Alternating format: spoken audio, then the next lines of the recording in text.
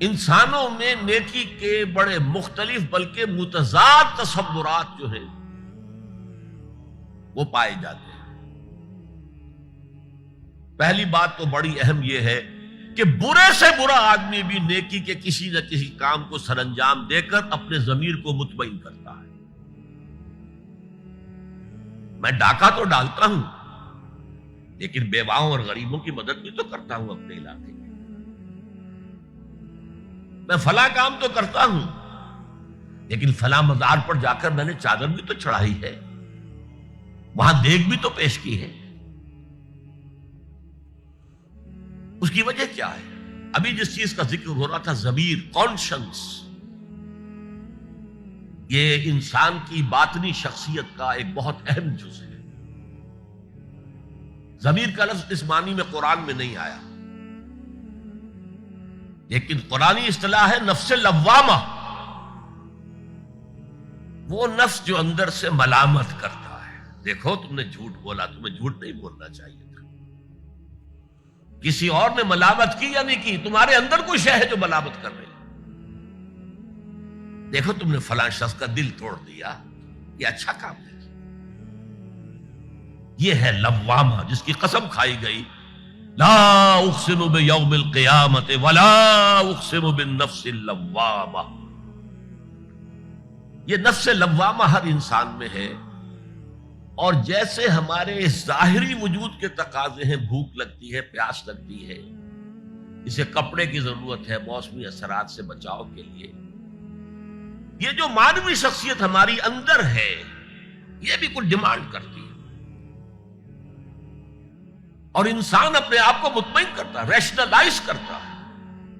ٹھیک ہے، یہ تو خرابیاں ہیں، لیکن میں نے یہ کام بھی تو آخر کیے ہیں نا۔ یہ انسان کی ایک لازمی ضرورت ہے، اپنے ضمیر کو مطمئن کرنا۔ اب دیکھیے ہمارے ہاں کے مختلف طبقات میں مختلف تصورات ہیں نیکی کے جو رائج ہیں۔ ہمارے ہاں ایک مذہبی طبقہ ہے جس کے نزدیک اصل اہمیت ریچولز کی ہے، عبادات کی ہے، رسومات کی ہے۔ معاملات میں وہ دھوکہ دے رہے، سودا کر کے پھر گئے، ان کے دلوں میں نرمی نہیں ہے، سائلوں کو دھتکارتے ہیں، لیکن ایک اعتبار سے بہت نیک ہے، سودی کاروبار کرتے ہیں۔ ٹھیک ہے بھائی، میں سودی کاروبار تو کرتا ہوں، میں نے مسجد میں تو بنوائی ہے، میں نے مسجد میں جھاڑ بھی تو لگوا دیا ہے، میں نے مسجد میں قالین بھی تو بچھوایا ہے۔ تو نیکی کا ایک تصور یہ ہے ہمارے یہاں، اس کے بالکل برعکس ایک تصور ہے جدید تعلیم یافتہ طبقات کا تصور۔ آپ نے بارہا سنا ہوگا گفتگو، بھائی اصل نیکی یہ ہے کہ کوئی کسی کو دھوکہ نہ دے، جھوٹ نہ بولے، وعدہ پورا کرے، اپنا فرض صحیح طور سے ادا کرے، کہیں ملازم ہے تو اپنے فرائض صحیح طور سے ادا کرے۔ باقی رہ گئی نماز روزہ، یہ تو انفرادی باتیں ہیں، یہ کوئی کرتا ہے تو اپنے لیے، نہیں کرتا ہے تو کوئی بات نہیں۔ یہ دونوں ایک دوسرے کے بالکل برعکس تصورات ہیں، اور یہ ہمارے معاشرے میں جدید تعلیم یافتہ طبقات کا تصور نیکی اور ہمارے قدیم علماء اور ان کے زیر اثر جو عوام ہیں ان کے تصور نیکی میں یہ زمین و آسمان کا فرق ہے۔ آپ کو معلوم ہے کہ اپنی جسم فروش عورتیں جو ہیں وہ بھی نیکی کا کوئی نہ کوئی کام کرتی ہیں۔ آپ دیکھیں گے محرم میں سیاہ کپڑے پہن کے جلوس کے آگے آگے جا رہی ہیں، سبیلیں لگا رہی ہیں، مختلف مزاروں میں جب عرس ہوتا ہے وہاں جاتی ہیں، دھمال کھیلتی ہیں، وہی سیاہ کپڑے پہنتے ہیں، وہ بھی اپنے آپ کو مطمئن کرتے ہیں۔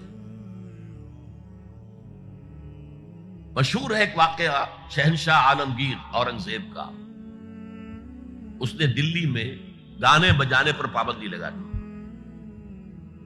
اب ظاہر بات ہے جن کا یہ پیشہ تھا ان کا دھندا ختم تو آمدنی ختم، لاکھ کوششیں کی لیکن اورنگزیب ٹس سے بس نہیں ہوا۔ تو انہوں نے ایک عجیب ترکیب کی. وہ دریائے جمنا بالکل ساتھ بہتا تھا، یہ اگلا اس شکل میں بنایا گیا تھا، اب تو ذرا فاصلے پر.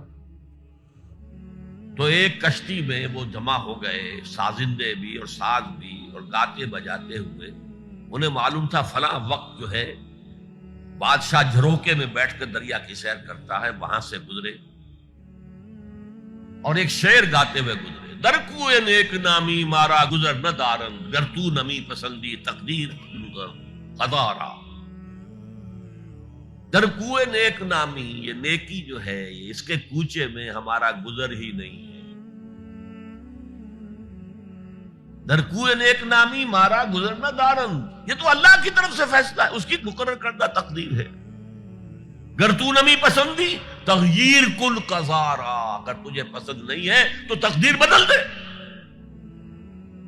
تو بادشاہ ہنس پڑا اور اس نے کہا کہ ٹھیک ہے بھائی، گانے بجانے کی حد ہے، تمہیں اجازت.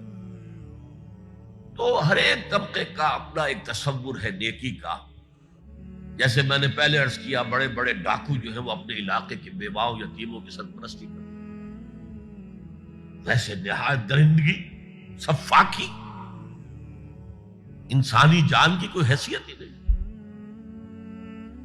تو نیکی اصل میں کس شے کا نام ہے، کون سی چڑیا کا نام ہے، نیکی حقیقت میں کیا ہے، وہ ہے اس آیت کا مضمون.